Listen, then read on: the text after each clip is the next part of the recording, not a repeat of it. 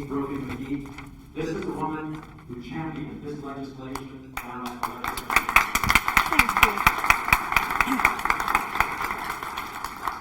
Thank you to everyone, and thank you to Jeff Spellman for incredible leadership. I brought a piece of paper up here so I didn't forget all the people I need to thank.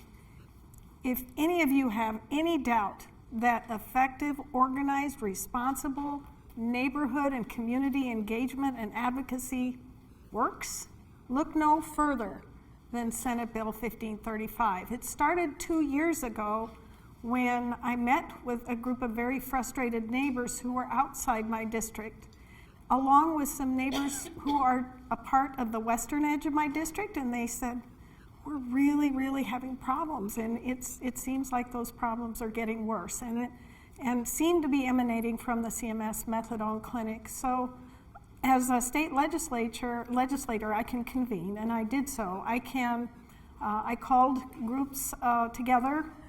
You were on the campaign trail, but your friend, Councilwoman Deb Stark, was a huge help.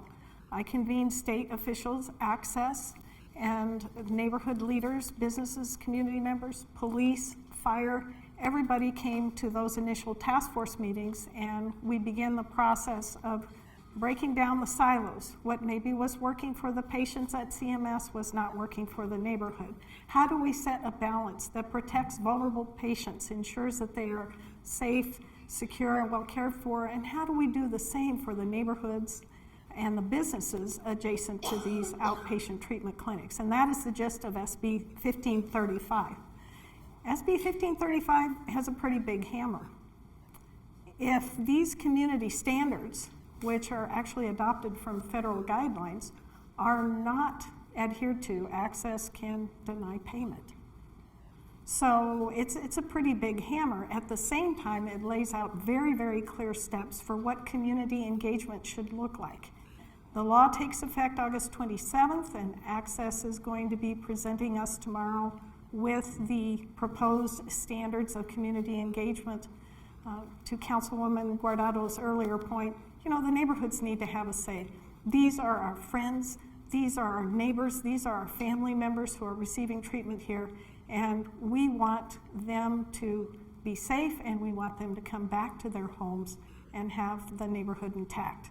The other thing that the bill establishes is an opioid, it's a long name, sorry about the bureaucracy, an opioid use disorder review council. And it's staffed with legislators and governor appointees from across the spectrum of those who deal with those who are in treatment for opioid use disorder.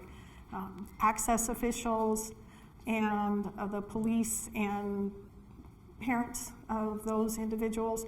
And so we're going to be looking very closely at the treatment modalities that are being offered and what those outcomes are.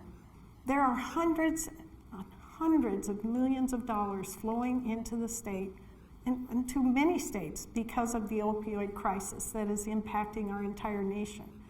Arizona is no different. With hundreds of millions of dollars coming in, we want to make sure that those patient outcomes are recorded, that they are successful, that they are receiving the treatments that they need. In addition, we also want to ensure the good neighbor portion of the bill. The last thing that we are looking at is the designation of centers of excellence. Was a very confusing term that we ran into when we first began meeting with CMS, and we've told Access in this bill that we want you to redefine centers of excellence. At the end of the day, if state, city, local, county officials, neighborhood leaders, and businesses can get together, we can break down those silos and ensure great schools, great neighborhoods, ensure that the fabric of our communities is whole, and that we have the wonderful neighborhoods that we've grown to love here in Phoenix. So again, thank you, Mr. Spellman, Jeff Spellman, and all the members of the task force who have been meeting so faithfully for many months, because you are producing outcomes and you are a model we can aspire to for how we get things done going forward here in the state. Cannot thank you enough. One of the last things I'm going to say is I'm looking at some type of a neighborhood stress test.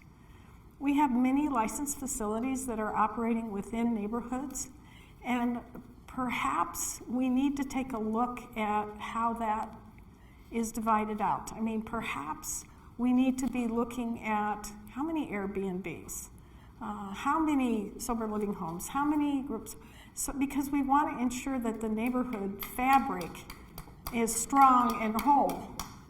I'm glad you like that. but I really think we need to put some more tools in place to really evaluate the health of a neighborhood and the stress that a neighborhood is under. We can look at buffer zones for locations like treatment facilities, the methadone treatment facility. We can look at those things. So I'm talking to cities and towns, I'm talking to the city of Phoenix and seeing if we can come up, we can do something like that.